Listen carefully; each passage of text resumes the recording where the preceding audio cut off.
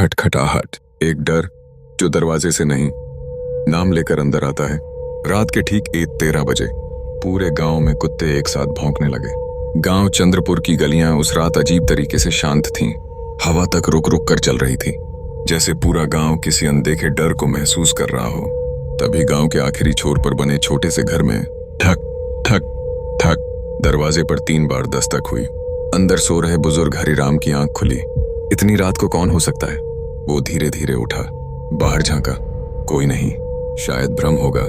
वो वापस बिस्तर पर लेट गया, लेकिन ठीक 2 मिनट बाद ठक ठक ठक। इस बार आवाज पहले से ज्यादा तेज थी। कौन है बे? हरिराम ने गुस्से में दरवाजा खोला।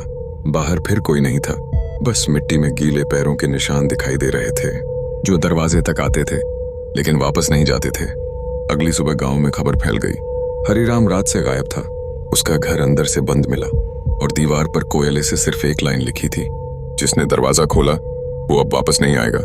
पूरा गांव डर गया, लेकिन गांव का लड़का करण इन सब बातों पर हंस रहा था। अरे कोई आदमी होगा, तुम लोग हर चीज में भूत ढूंढ लेते हो। करण शहर से अभी अभी वापस आया था। उसे गांव की अंधविश्वास वाली बातें बेकार लगती थीं। उसकी छोटी बहन प्रिया धीरे से बोली, भैया, दादी कहती थी रात में अगर 3 बार दस्तक हो तो दरवाजा मत खोलना। कर्ण हंस पड़ा। और अगर 4 बार हो तो? प्रिया चुप हो गई। उसकी आंखों में अजीब डर था। उसी रात कर्ण मोबाइल चलाते हुए छत पर बैठा था, तभी नीचे से आवाज आई, ठक ठक ठक। कर्ण मुस्कुराया, लगता है गांव वाले मुझे डराने की कोशिश कर रहे हैं। वो नीचे उतरा, दरवाजा खोला, बाहर कोई नहीं, लेकिन इस बार दरवाजे के ठीक सामने एक पुरानी गुड़िया पड़ी थी। उसकी एक आंख टूटी हुई थी और उसके कपड़ों पर मिट्टी लगी थी। ये किसका घटिया मजाक है? कर्ण ने गुड़िया उठाई, तभी पीछे से उसकी मां चीख पड़ी, उसे हाथ मत लगा। कर्ण चौंक गया। क्यों? मां का चेहरा सफेद पड़ चुका था। यही गुड़िया 20 साल पहले भी मिली थी, और जिसके घर ये गई थी वो सब गायब हो गए थे। उस रात किसी को नींद नहीं आई। करीब 3 बजे प्रिया की आंख अचानक खुली। उसे लगा जैसे कमरे के बाहर कोई धीरे धीरे चल रहा हो। चर्रर चर्रर, लकड़ी का फर्श अपने आप बज रहा था। प्रिया ने डरते हुए आवाज दी, मम्मी।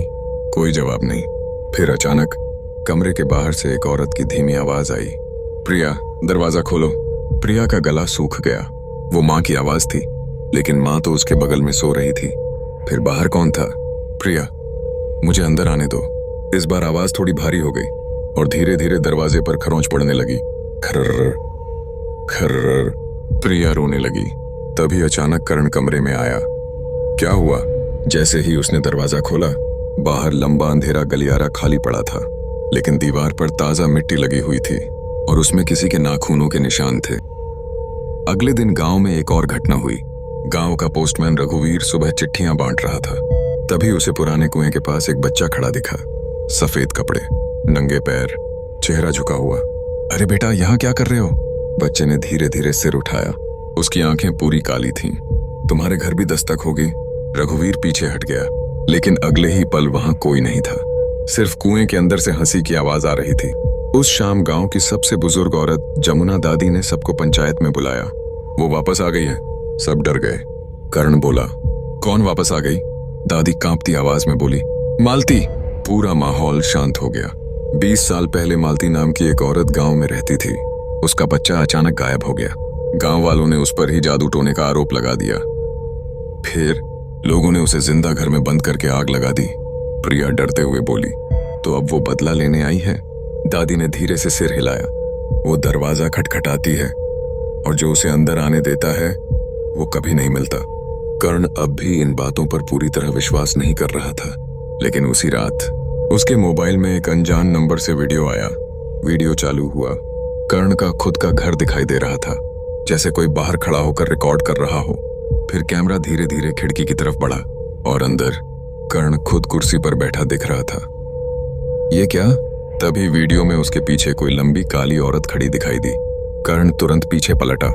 कमरा खाली था, लेकिन वीडियो में वो औरत अब भी वहीं खड़ी थी और धीरे धीरे मुस्कुरा रही थी। अचानक पूरे घर की लाइट चली गई। ठक ठक ठक। दरवाजे पर फिर वही दस्तक हुई। इस बार साथ में एक आवाज भी आई, कर्ण, मुझे अंदर आने दो।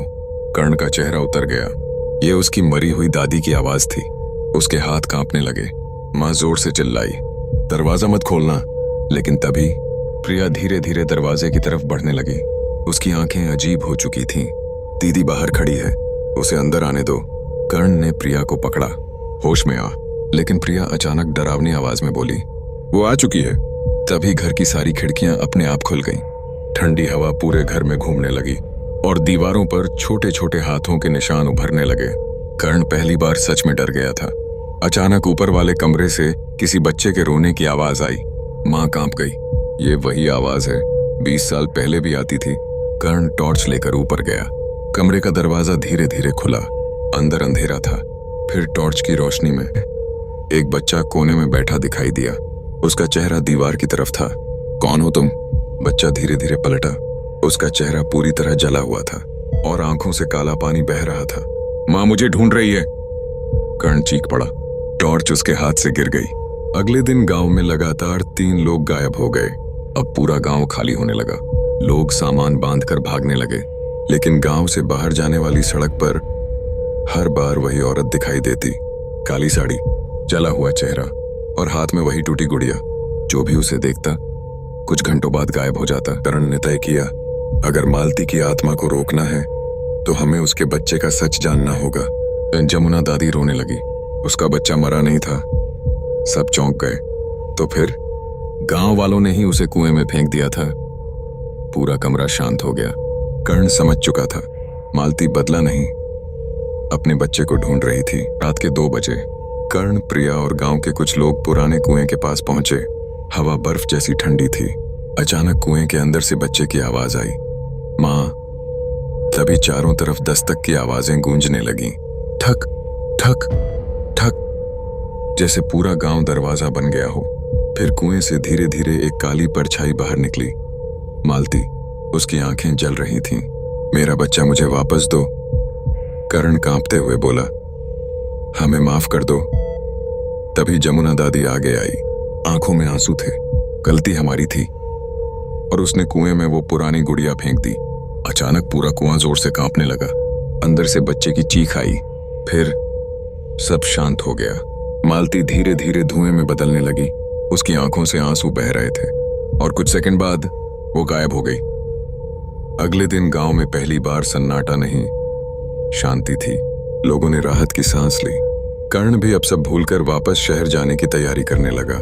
लेकिन उसी रात बस में बैठते समय उसके मोबाइल पर एक नया वीडियो आया। वीडियो चालू हुआ।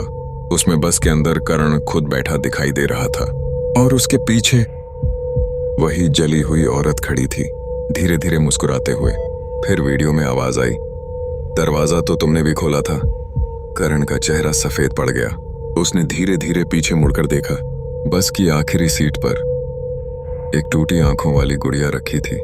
उस रात के बाद कर्ण कभी शहर नहीं पहुंचा। बस हाईवे पर खाली मिली और उसकी सीट के पास मिट्टी में सिर्फ 3 निशान बने थे। थक थक थक।